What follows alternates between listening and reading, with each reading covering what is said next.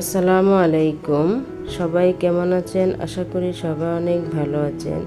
আজকের একটি নতুন ভিডিও নিয়ে চলে আসলাম। আজকের ভিডিওটি অন্যান্য ভিডিওর চেয়ে একদমই আলাদা। আপনারা কি ছাদে টবে কিভাবে প্রচুর পরিমাণে বেগুন চাষ করতে চান? তাহলে আজকে আপনাদেরকে দেখাবো কিভাবে টবে প্রচুর পরিমাণে বেগুন চাষ করতে পারবেন, তাও আবার অল্প সময়। তাহলে পুরো ভিডিওটি দেখতে হবে, তাহলে বুঝবেন কিভাবে টবে প্রচুর পরিমাণে বেগুন পাওয়া যায়। আপনারা সবজি খাওয়ার পর সবজির খোসাগুলো ফেলে না দিয়ে এভাবে টবে দিয়ে দিবেন, এতে করে দেখবেন সবজি গাছে প্রচুর পরিমাণে ফলন পাবেন। চলুন আরেকটি পদ্ধতি আপনাদেরকে দেখিয়ে নিই। শুরুতে একটি পরিষ্কার গ্লাস নিয়ে নিতে হবে, নিয়ে এতে 250 মিলি সাদা পানি নিয়ে 1 চামচ কফি দিয়ে কিছুক্ষণ এটিকে গুলিয়ে নিতে হবে। এই দ্রবণটি গুলিয়ে নেওয়া হয়ে গেলে আরেকটি পরিষ্কার পাত্র নিয়ে নিতে হবে। আমি এখানে একটি পরিষ্কার বয়াম ব্যবহার করেছি।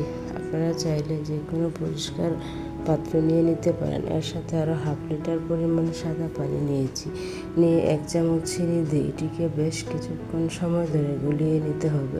এটি গোলানো হয়ে গেলে এই যে কফির দ্রবণটি রেখে দিয়েছিলাম এটির সাথে মিক্স করে আবারও কিছুক্ষণ সময় ধরে এটিকে গুলিয়ে নিতে হবে। এটি কিছুক্ষণ নাড়াচাড়া নেওয়া হয়ে গেলে আরেকটি পরিষ্কার পাত্রে এই দ্রবণটি ঢেলে দিতে হবে, দিয়ে এটি আপনারা যে কোনো সবজি গাছের গোড়ায় দিয়ে দিবেন। আমি এখানে আপনাদের মিষ্টি কুমড়া গাছে দিয়ে দেখিয়ে দিয়েছি। এটি আপনারা চাইলে যে কোনো সবজি গাছের গোড়ায় দিয়ে দিতে পারেন, এতে করে দেখবেন সবজি গাছে প্রচুর পরিমাণে সবজি পাবেন, তা আবার অল্প সময়ে প্রচুর পরিমাণে সবজি হবে। দ্বিতীয় আরেকটি দ্রবণ তৈরি করে দেখাবো, যেটি দিলে গাছে প্রচুর পরিমাণে ফলন পাওয়া যাবে। চলুন সেই দ্রবণটিকে দেখে নিই।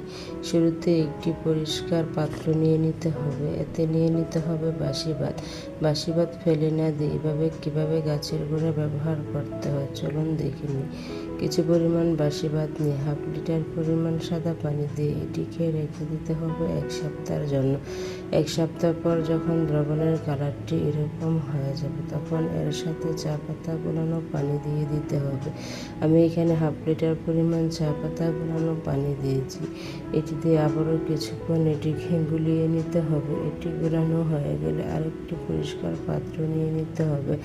আরেকটি পরিষ্কার পাত্র নিয়ে এটি আপনারা যে কোনো সবজি গাছের গোড়ায় দিয়ে দিবেন। এটি আপনারা মাসে একবার সবজি গাছের গোড়ায় ব্যবহার করবেন, এতে করে দেখবেন সবজি গাছে প্রচুর পরিমাণে সবজি হবে, তা আবার অল্প সময়ে।